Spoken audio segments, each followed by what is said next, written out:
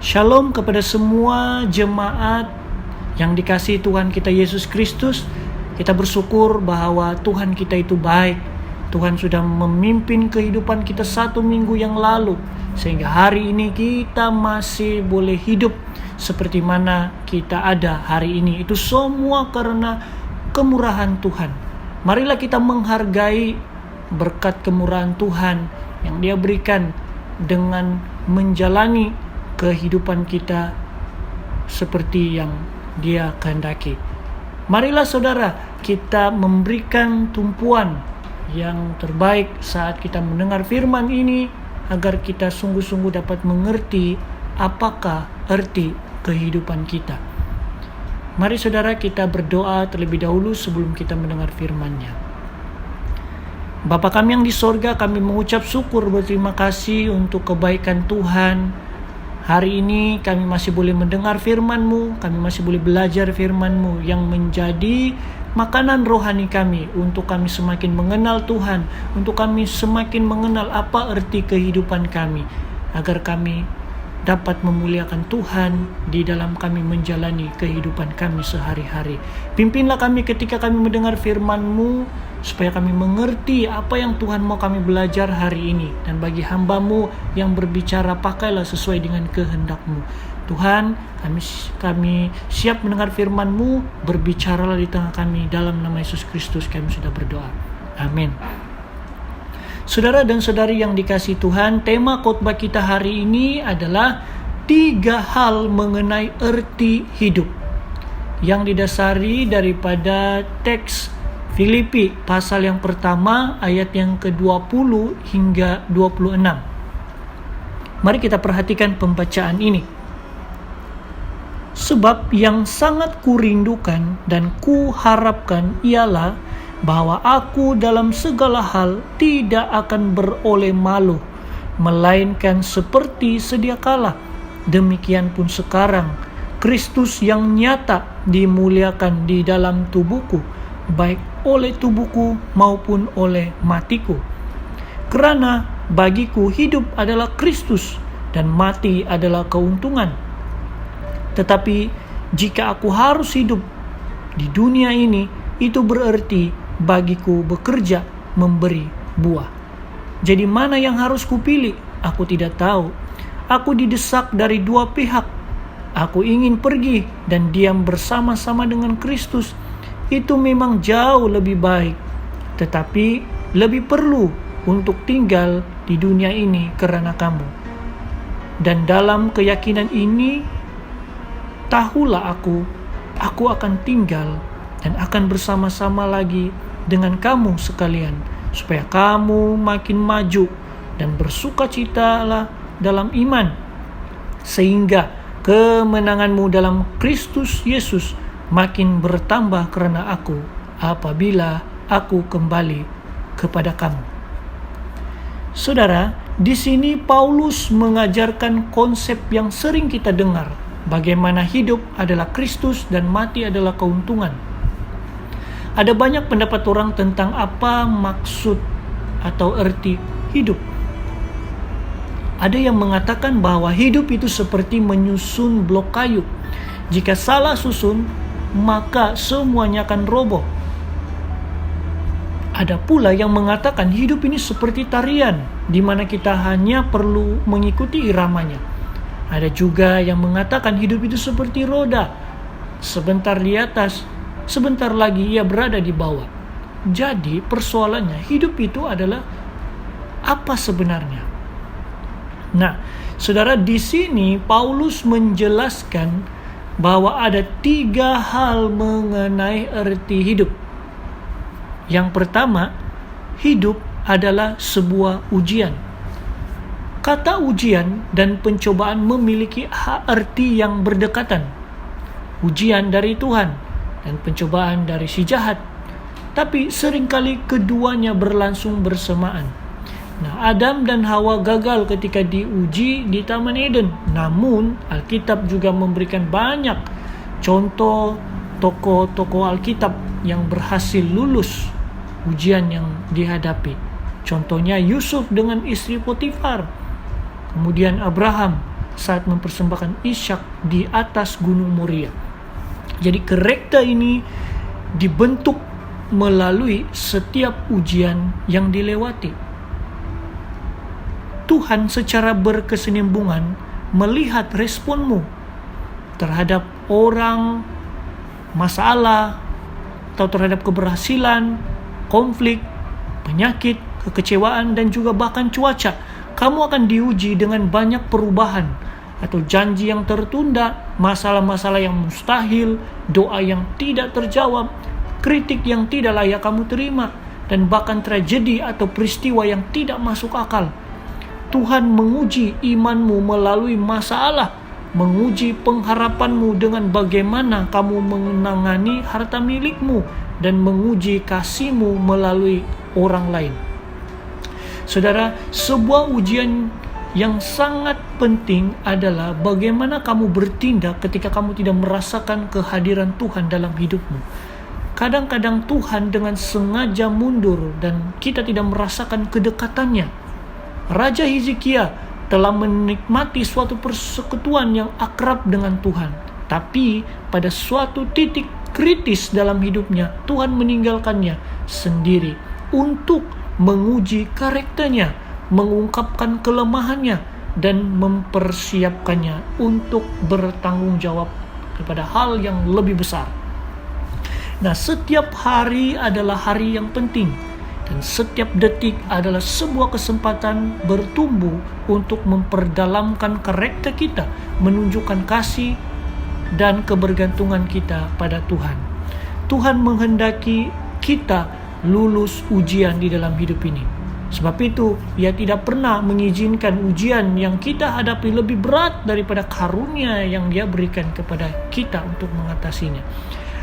Setiap kali kita lulus dalam ujian, Tuhan memperhatikannya, dan Tuhan akan membuat rencana-rencana untuk memberikan kita ganjaran di kekekalan. Saudara, perhatikan bahwa tahun 2020 ini merupakan tahun yang banyak terjadinya perubahan dan tragedi yang begitu mengerikan yang terjadi, yaitu berkaitan dengan pandemi COVID-19.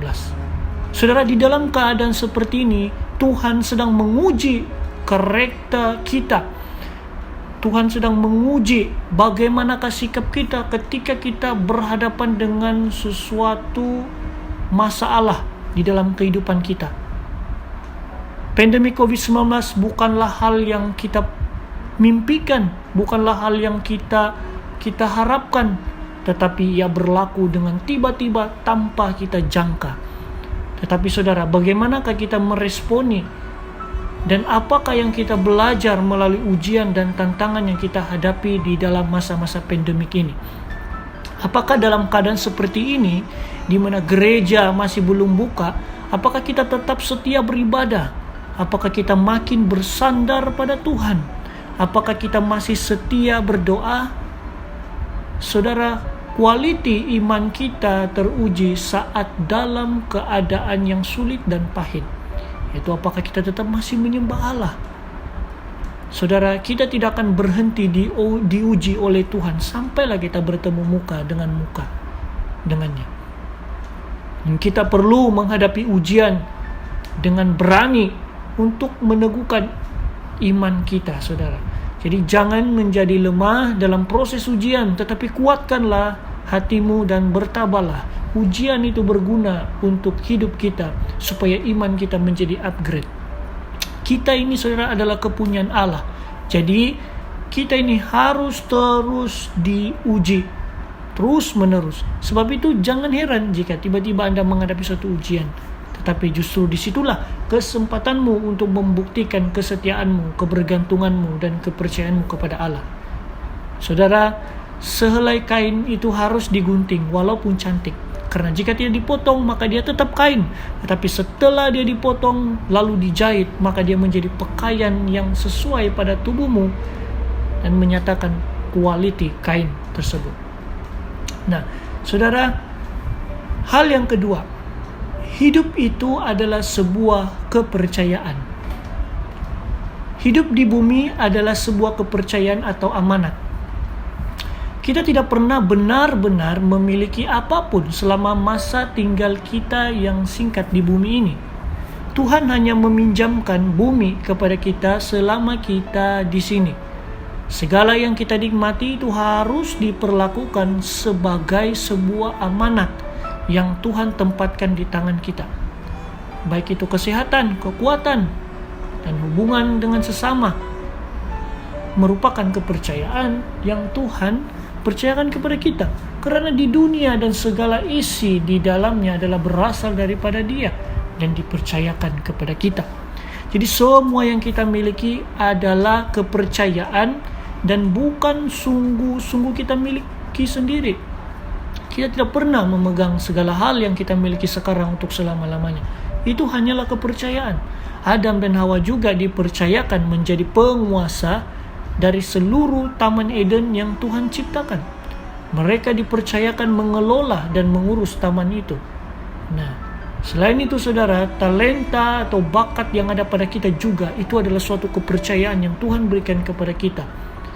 Yaitu apakah kita menggunakannya untuk diri sendiri atau orang lain.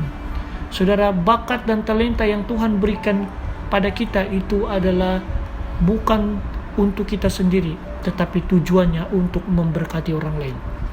Jika Anda pandai bermain musik, gunakan bakatmu untuk memberkati orang lain. Jika Anda pandai menyanyi, gunakan suaramu untuk memberkati orang lain. Jika Anda pandai memasak atau jika Anda pandai membuat kue, gunakanlah itu untuk memberkati orang lain dan sebagainya. Waktu atau masa juga adalah apa yang Tuhan percayakan kepada kita. Jadi jangan terlalu ambil mudah akan hal ini. Musim akan terus berganti musim. Tetapi kita harus tetap merefleksikan diri kita. Apakah yang kita sudah kerjakan dengan yang Tuhan sudah percayakan pada kita? Seberapa banyak waktukah yang kita pakai untuk Tuhan dan pribadi kita? Sebagai seorang hamba Tuhan, kami juga diperingatkan bahwa apakah kami sungguh-sungguh mengerjakan pelayanan Tuhan dalam waktu yang masih ada? Dan bagi Anda sebagai pekerja kerajaan atau swasta, apakah Anda sungguh-sungguh mengerjakan pekerjaanmu untuk memuliakan Tuhan? Bagi Anda yang sebagai orang biasa, apakah Anda juga menjadi teladan yang baik dimanapun Anda berada? Banyak pekerjaan yang Tuhan percayakan kepada kita, dan itu kita masih harus terus kembangkannya untuk kemuliaan Tuhan. Karena di dalam waktu ada kesempatan, di dalam kesempatan ada pengalaman, dan semuanya itu saudara hanya satu tujuan, untuk memuliakan Tuhan. Selain itu, uang juga adalah sebuah kepercayaan yang Tuhan berikan kepada kita. Memang uang bukanlah segala-galanya, tetapi kita masih perlu uang untuk meneruskan kehidupan. Namun kita akan diuji, yaitu apakah kita sungguh-sungguh bertanggung jawab menggunakan uang yang Tuhan berikan.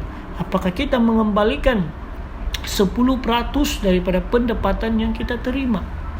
Banyak orang gagal menyadari bahwa uang adalah sebuah ujian dan amanat daripada Tuhan. Tuhan menggunakan keuangan untuk mengajar kita mempercayainya. Dan bagi kebanyakan orang, uang adalah ujian terbesar. Tuhan melihat bagaimana kita menggunakan uang untuk menguji seberapa kita dapat dipercayainya. Yang ketiga, hidup adalah suatu tugas yang bersifat sementara. Musa mengatakan umur manusia hanya 70 hingga 80 tahun. Jadi kiranya saudara di tahun 2020 ini kita perhitungkan umur kita berapa. Dan kita juga perlu sadar bahwa kita tidak boleh memegang terlalu erat hal-hal yang bersifat sementara di dunia ini, karena hidup kita tidak panjang. Dan hidup kita bukanlah selama-lamanya di dunia ini. Oleh karena itulah Paulus dapat mengatakan bahwa hidup adalah Kristus dan mati adalah keuntungan. Karena dia mengerti bahwa hidup ini adalah ujian, kepercayaan, dan juga hanya sementara. Sehingga bila dia masih hidup, itu untuk mengabarkan Injil dan membuat sukacita jemaatnya sempurna di dalam Tuhan, untuk membawa mereka mengenal kekekalan. Mintalah Tuhan menolongmu untuk memandang hidup sebagaimana Tuhan melihatnya. Alkitab berulang kali membandingkan hidup di bumi dengan hidup sementara di negara asing. Bukan rumah tetapmu atau tujuan akhirmu. Tuhan berkata anak-anaknya harus berpikir dengan cara berbeza tentang hidup dibandingkan dengan orang-orang tidak percaya. Orang-orang percaya mengerti bahwa ada yang jauh lebih besar dalam hidup ini daripada sekadar beberapa tahun kita hidup di planet ini. Ingat saudara bahwa jati dirimu ada di kekekalan dan kampung halamanmu adalah surga. Ketika kamu menggenggam kebenaran ini, kamu akan berhenti mencemaskan tentang memiliki segalanya di bumi ini. Alkitab berkata kita adalah duta-duta Kristus. Tuhan memperingatkan kita agar kita tidak terlalu terikat pada apa yang di sekitar kita, karena itu hanya bersifat sementara. Dengan segala tarikan menarik media yang menakjubkan dan pengalaman-pengalaman menyenangkan yang tersedia saat ini, kita dengan mudah lupa bahwa pengejaran kebahagiaan bukanlah apa arti hidup itu yang sebenarnya. Hanya ketika kita mengingat bahwa hidup adalah sebuah ujian, sebuah amanat, dan sebuah penugasan sementara, saudara, daya tarik semua hal itu akan kehilangan cengkeramannya pada hidup kita. Jadi kenyataan bahwa bumi bukanlah rumah akhir kita menjelaskan mengapa sebagai pengikut Kristus kita mengalami kesusahan, kesedihan, dan penolakan di dunia ini. Hal itu juga menjelaskan mengapa beberapa janji Tuhan seolah-olah tidak terpenuhi.